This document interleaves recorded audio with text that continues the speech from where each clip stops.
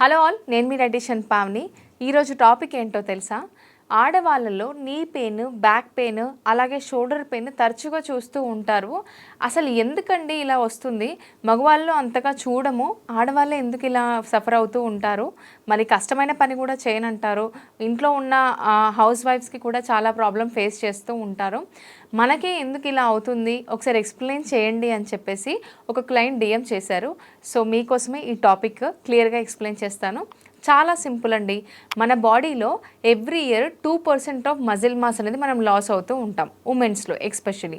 అలాగే ఈ back pain కానీ నీ పెయిన్ కానీ ఎందుకు అవుతుందంటే ఈస్ట్రోజన్ అలాగే క్యాల్సిటోనిన్ డ్రాప్ అవ్వడం వల్ల మనకి బ్యాక్ పెయిన్, నీ పెయిన్ ఇలా తరచుగా ఫేస్ చేస్తూ ఉంటాం అన్నమాట. అయితే మరి ఇక్కడ మీరు ఒక క్వశ్చన్ అడగొచ్చు, అయితే క్యాల్సిటోనిన్ తగ్గిపోతుంది అన్నారు కదా, మరి కాల్షియం టాబ్లెట్ వేసుకుంటే సరిపోతుంది కదా అని చెప్పేసి. నో, కాల్షియం టాబ్లెట్ వేసుకుంటే సరిపోతుందంటే మరి ప్రపంచంలో ఉన్న వాళ్ళందరికీ నీ పెయిన్స్, బ్యాక్ పెయిన్ రాకూడదు కదండి. మెయిన్గా ఇక్కడ ఏంటంటే ఆడవాళ్ళు ఇంట్లో వర్క్ చేయడం వల్ల కానీ, బిజీ లైఫ్ స్టైల్ వల్ల కానీ, బయట వర్క్ కానీ, ఆఫీస్కి వెళ్ళడం వల్ల కానీ ఫ్యామిలీని వాళ్ళు కేర్ తీసుకున్నంత ఎక్కువగా వాళ్ళ మీద వాళ్ళు కేర్ తీసుకోరు. So first of all take care of your self అని మనం చెప్తూ ఉంటాం. సో మనల్ని మనం ఫస్ట్ ఆఫ్ ఆల్ కేర్ తీసుకోవాలి. సెకండ్ థింగ్ ఏంటంటే కాల్షియం, వైటమిన్ డి మీరు అంటున్నారు ఫైన్. మరి ఇంకా ఈ ప్రాబ్లమ్ని ఓవర్కమ్ చేయాలంటే ఏం చేయాలి అంటే మనకు ఫస్ట్లో నేనేం చెప్పాను, ఎవ్రీ ఇయర్ 2-4% ఆఫ్ మజిల్ మనకు తగ్గిపోతూ ఉంటుంది. మనకు బోన్ చుట్టూ ఏముంటుంది, మజిలే ఉంటుంది. మళ్ళీ మనం ఈ మజిల్ని స్ట్రాంగ్ చేసుకుంటూనే ఆ బోన్కి ఈ మజిల్ అనేది సపోర్ట్ చేస్తుంది. కాబట్టి మనకు అప్పుడు ఈ నీ పెయిన్స్, బ్యాక్ పెయిన్ అనేది రాదు.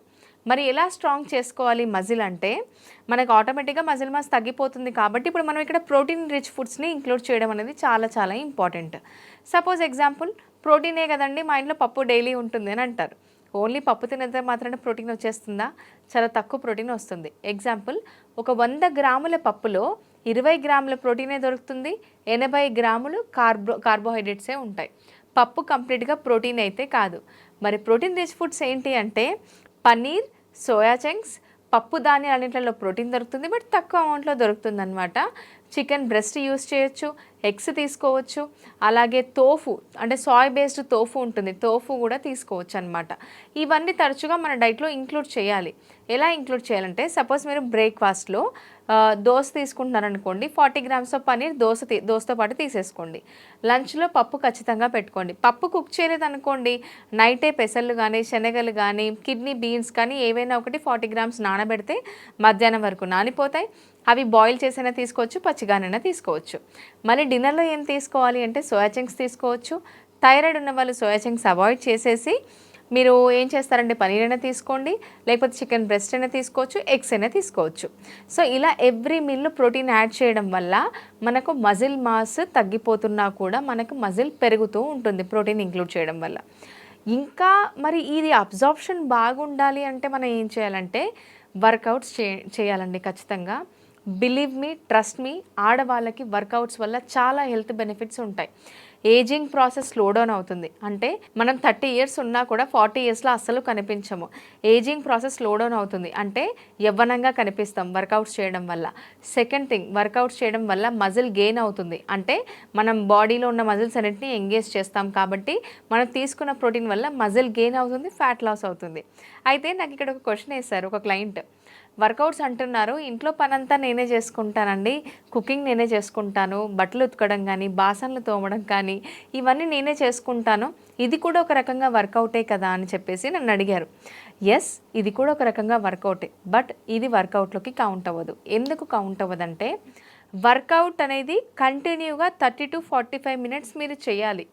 చేసినప్పుడే మీకు చాలా బెనిఫిట్స్ ఉంటాయి. అలాగే వాకింగ్ కూడా యాడ్ చేస్తేనే మనకు బెనిఫిట్ ఉంటుంది. మనం ఇంట్లో చేసే వర్క్ అంతా కార్డియో కిందికే వస్తుంది, వర్కౌట్స్ కిందికి రాదు.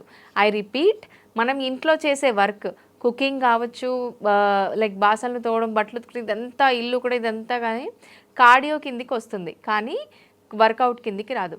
వర్కౌట్స్ ఎలాంటి వర్కౌట్స్ చూస్ చేసుకోవాలి అంటే మెయిన్గా యోగా అందరూ ప్రిఫర్ చేస్తారు, అందరికీ ఇష్టం. యోగా వల్ల ఫ్యాట్ లాస్ అవ్వదు. మీరు యోగాతో పాటు వర్కౌట్ చేస్తేనే ఫ్యాట్ లాస్ అవుతుంది, మజిల్ గెయిన్ అవుతుంది. సెకండ్ థింగ్, యోగా తర్వాత అందరూ చేసేది ఏంటి, వర్కౌట్స్. ఇంట్లో ఏదో ఒక వర్కౌట్ చేస్తారు, which is a very very good thing. మీరు వర్కౌట్ చేస్తున్నారంటే ఐ బెట్ మీరు ఖచ్చితంగా ఫ్యాట్ లాస్ ప్రాసెస్లో ఉంటారు, మజిల్ గెయిన్ అవుతుంది, అలాగే ప్రోటీన్ యాడ్ చేయడం వల్ల ఓవరాల్ మెటబాలిజం ఇంప్రూవ్ అవుతుంది. థర్డ్ పాయింట్ వచ్చేసి ఇంకా ఏం వర్కౌట్స్ ఉంటాయి మన దాంట్లో అని అంటే సూర్య నమస్కారాలు. చాలామంది ఆడవాళ్ళు మార్నింగ్ లేవగానే సూర్య నమస్కారాలు చేస్తూ ఉంటారు. అలా చేయడం అనేది నిజంగా చెప్తున్నాను వెరీ వెరీ ది బెస్ట్ అండి. సో మీరు సూర్య నమస్కారాలు మినిమం ఒక 20-25 చేస్తూ ఉంటేనే ఇంకా బెటర్గా మనకు వెయిట్ లాస్లో హెల్ప్ అవుతుంది. సో సూర్య నమస్కారాలు కావచ్చు, యోగా కావచ్చు, వర్కౌట్ కావచ్చు, కొంతమంది టైం ఉంటే జిమ్కి వెళ్ళి కూడా వర్కౌట్స్ చేయొచ్చు. ఎనీ వర్కౌట్ మీరు చూస్ చేసుకోవచ్చు, but minimum 45 minutes of work out అనేది మ్యాండేటరీ ఉండాలి.